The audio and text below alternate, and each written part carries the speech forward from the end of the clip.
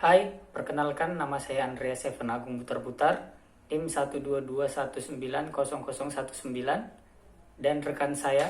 Baik, nama saya Julian Sanata Silalahi, NIM 122190065. Di sini kami akan mempresentasikan hasil diskusi kelompok kami yang berjudul Keselamatan Kesehatan Kerja di Pelabuhan Batu Ampar dengan dosen pengampu Bapak Insinyur Irwan Suyanto, MT, dan Ibu Ismiati, ST, MSc. Adapun topik bahasan pada diskusi kali ini yaitu yang pertama gambaran umum tentang Pelabuhan Batu Ampar, yang kedua studi kasus kecelakaan akibat kerja, yang ketiga itu penanggulangan kecelakaan akibat kerja, yang keempat penyakit akibat kerja, kelima penanggulangan penyakit akibat kerja, yang keenam analisis risiko, yang ketujuh penanggulangan risiko, yang terakhir adalah kesimpulan dan saran. Yang pertama saya akan menjelaskan tentang gambaran umum mengenai Pelabuhan Batu Ampar. Pelabuhan Batu Ampar adalah sebuah pelabuhan yang terletak di Pulau Batam, tepatnya di Batu Ampar yang merupakan kawasan perdagangan bebas dan pelabuhan bebas dengan arus kedatangan kapal dan volume bongkar muat barang dan peti kemas yang tinggi. Pelabuhan Batu Ampar ini dioperasikan oleh PT Pelindo atau Pelabuhan Indonesia II, yaitu salah satu BUMN yang bergerak di bidang logistik atau pengangkutan barang dan secara spesifik pada pengelolaan dan pengembangan pelabuhan. Pelabuhan Batu Ampar merupakan pelabuhan bongkar muat utama di Pulau Batam yang termasuk dalam proyek pembangunan infrastruktur oleh pemerintah pusat. Karena berada pada posisi strategis di Selat Malaka yang sibuk, banyak kapal kontainer ukuran besar yang mendistribusikan logistik dan melintasi Selat Malaka biasa berlabuh di pelabuhan ini. Itu yang mesti kita manfaatkan untuk mendapatkan keuntungan bagi pemasukan negara. Yang selanjutnya adalah kecelakaan akibat kerja. Kegiatan bongkar muat kapal merupakan kegiatan yang melibatkan banyak orang dan aktivitas. Peluang kecelakaan yang pada kondisi tersebut dapat terjadi pada setiap tahap aktivitas bongkar muat. Begitu pula di Pelabuhan Batu Ampar ini, terdapat sebuah kejadian kecelakaan kerja yang pernah terjadi, yaitu seorang pekerja bongkar muat warga Tanjung Uma, Batu Ampar tewas tercebur ke laut setelah tertimpa besi kren di Pelabuhan Bongkar Muat Batu Ampar. Kronologi cerita atau kejadian pada saat itu yaitu ada seling kren yang putus dan menimpa korban. Setelah tertimpa kren yang putus, akhirnya korban terjatuh ke laut. Ia saat itu mengerjakan pemasangan tali kren di tongkang Samudra 3 PT Laut Mas, lalu tertimpa dan terjun ke laut. Setelah dilakukan analisis, ternyata saat itu korban tidak menggunakan alat pelindung diri saat melakukan pergantian tali kren. Setelah dilakukan penyelaman dan ditemukan bahwa korban terjepit kail kren. Selain kecelakaan kerja yang tadi, ada pula beberapa kecelakaan kerja yang terjadi di Pelabuhan Batu Ampar. Contohnya itu selanjutnya yaitu kren yang roboh, lalu ada kontainer atau peti kemas yang jatuh dari kren saat dilakukan pengangkatan. Kemudian ada pula kecelakaan kerja pada pekerja, yaitu seperti pekerja terpeleset dan jatuh ke laut karena tidak memperhatikan keselamatan saat bekerja. Selanjutnya adalah penanggulangan kecelakaan akibat kerja. Setelah kejadian kecelakaan yang terjadi ini, perusahaan pelabuhan pun sangat sadar betapa pentingnya perhatian terhadap keselamatan para pekerja di Pelabuhan Batu Ampar ini. Yang kemudian dilakukan perusahaan pelabuhan untuk mengurangi kecelakaan, yaitu pertama, pemantauan dan pengendalian kondisi tidak aman di tempat kerja. Pengecekan peralatan kerja yang digunakan, pemantauan dan pengendalian tindakan tidak aman di tempat kerja.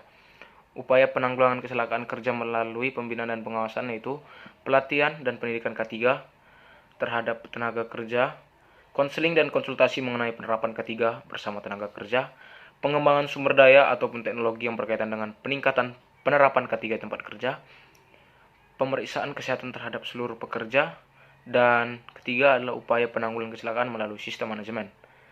yaitu dengan prosedur dan aturan K3 di tempat kerja, penyediaan sarana dan prasarana K3 di tempat kerja, penghargaan dan sanksi terhadap penerapan K3 di tempat kerja dan terhadap tenaga kerja. Selanjutnya, penyakit akibat kerja. Penyakit akibat kerja yang dapat terjadi di Pelabuhan Batu Ampar diantaranya yaitu penyakit paru-paru atau infeksi paru-paru.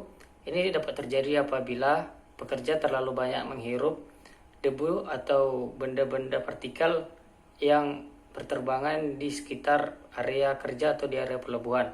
Bisa pula terjadi apabila pekerja menghirup gas beracun yang diangkut oleh kontainer. Selanjutnya adalah cedera tulang dan cedera otot.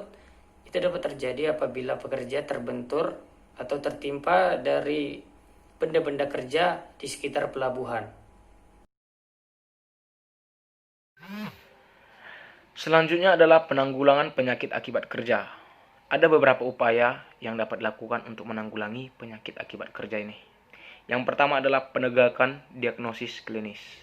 Diagnosis klinis harus dilakukan terlebih dahulu dengan melakukan amnesis, pemeriksaan fisik, bila diperlukan dilakukan pemeriksaan penunjang dan pemeriksaan khusus. Yang kedua adalah penentuan pajanan yang dialami pekerja di tempat kerja. Beberapa pajanan bisa mengakibatkan satu penyakit, sehingga dokter di perusahaan harus mendapatkan informasi tentang pajanan yang dialami dan pernah dialami pekerja. Selanjutnya ada penentuan hubungan pajanan dengan diagnosis klinis.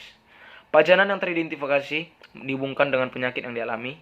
Waktu timbulnya gejala setelah terpajan oleh bahan tertentu mempengaruhi hubungan antara pajanan dengan diagnosis klinis. Penyakit lebih sering timbul apabila berada di tempat kerja dan berkurang saat libur kerja atau cuti. Hasil pemeriksaan prakerja dan berkala dapat digunakan sebagai salah satu data untuk menentukan PAK atau penyakit akibat kerja. Yang keempat, penentuan diagnosis PAK atau penyakit akibat kerja. Berdasarkan 3 langkah di atas, dibuat kesimpulan penyakit yang diderita oleh pekerja adalah PAK atau bukan PAK.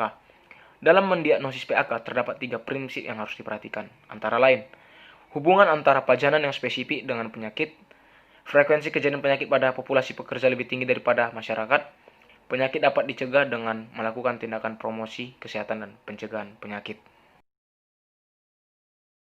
Yang selanjutnya adalah analisis resiko. Kegiatan mengidentifikasi bahaya merupakan tahapan pertama dalam manajemen resiko untuk mengetahui masalah keselamatan dan kesehatan kerja yang ada dalam proses kerja di perusahaan. Identifikasi bahaya sangat penting untuk menentukan bentuk program keselamatan dan kesehatan kerja dan implementasi pengendalian yang harus dilakukan perusahaan. Hasil identifikasi menjadi masukan utama dalam menyusun rencana kerja untuk mengendalikan dan mencegah kejadian yang tidak diinginkan dari keberadaan bahaya tersebut. Potensi bahaya atau risiko bahaya adalah sesuatu yang berpotensi menyebabkan terjadinya kerugian, kerusakan, cedera, sakit, kecelakaan, atau bahkan dapat menyebabkan kematian yang berhubungan dengan proses dan sistem kerja. Dari semua kegiatan yang ada di pelabuhan yang memiliki konsekuensi risiko kecelakaan kerja paling besar adalah ketika proses bongkar muat di pelabuhan. Karena pada kegiatan tersebut banyak melibatkan orang dalam aktivitasnya serta menggunakan alat berat dalam proses bongkar muat, yaitu kren. Risiko terbesarnya yaitu tertimpa peti kemas saat proses bongkar muat. Risiko ini dapat menyebabkan pekerja terluka karena terkena goresan dari sudut kren yang menyebabkan pekerja terluka. Yang selanjutnya adalah juga potensi pekerja tertimpa kren. Kejadian tertimpa kren sangat sering terjadi di pelabuhan yang dampaknya dapat menyebabkan para pekerja tertimpa kren atau terkena luka dari goresan kren. Kemudian juga operator kren dapat terluka akibat tertimpa di dalam kren. Selanjutnya, risiko yang dapat terjadi di pelabuhan yaitu pasca bongkar muat. Itu ketika peti kemas telah ditumpuk di pelabuhan, risikonya yaitu peti kemas yang sudah ditumpuk dapat seketika roboh akibat ditiup angin kencang ataupun dari peti kemas yang memang tidak layak untuk digunakan lagi. Kerugiannya yaitu peti kemas yang roboh ini dapat menimpa para pekerja yang berada di sekitar area pekerjaan. Bisa pula menimpa alat-alat kerja yang akan digunakan saat bekerja. Resiko selanjutnya yaitu terjadinya ledakan dari bahan berbahaya yang diangkut oleh peti kemas, seperti yang baru-baru ini terjadi di Beirut. Bahan-bahan yang berbahaya yang diangkut oleh peti kemas dapat seketika meledak apabila terjadi reaksi di dalam peti kemas, yang akibatnya itu dapat meledak dan menghancurkan pelabuhan serta dapat pula menghancurkan daerah di sekitarnya. Untuk menghindari resiko kecelakaan kerja yang dapat terjadi di pelabuhan tadi, dapat kita hindari dengan adanya pengendalian risiko.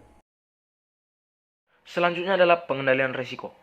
Pengendalian risiko merupakan langkah penting yang menentukan keseluruhan manajemen risiko. Hierarki pengendalian risiko diterapkan untuk mengurangi kemungkinan dan keparahan dari suatu aktivitas.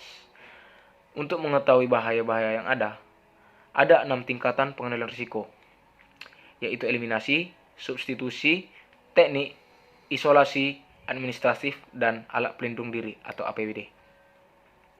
Kegiatan identifikasi bahaya ada 6, yaitu konsultasi dengan orang yang berpengalaman, pemeriksaan fisik lingkungan kerja, pencatatan cedera dan sakit pada insiden waktu yang lalu, informasi identifikasi bahaya, penelitian dan nasihat daripada para ahli. Selanjutnya ada analisis tugas untuk identifikasi bahaya, sistem formal analisa bahaya, semisal hazard.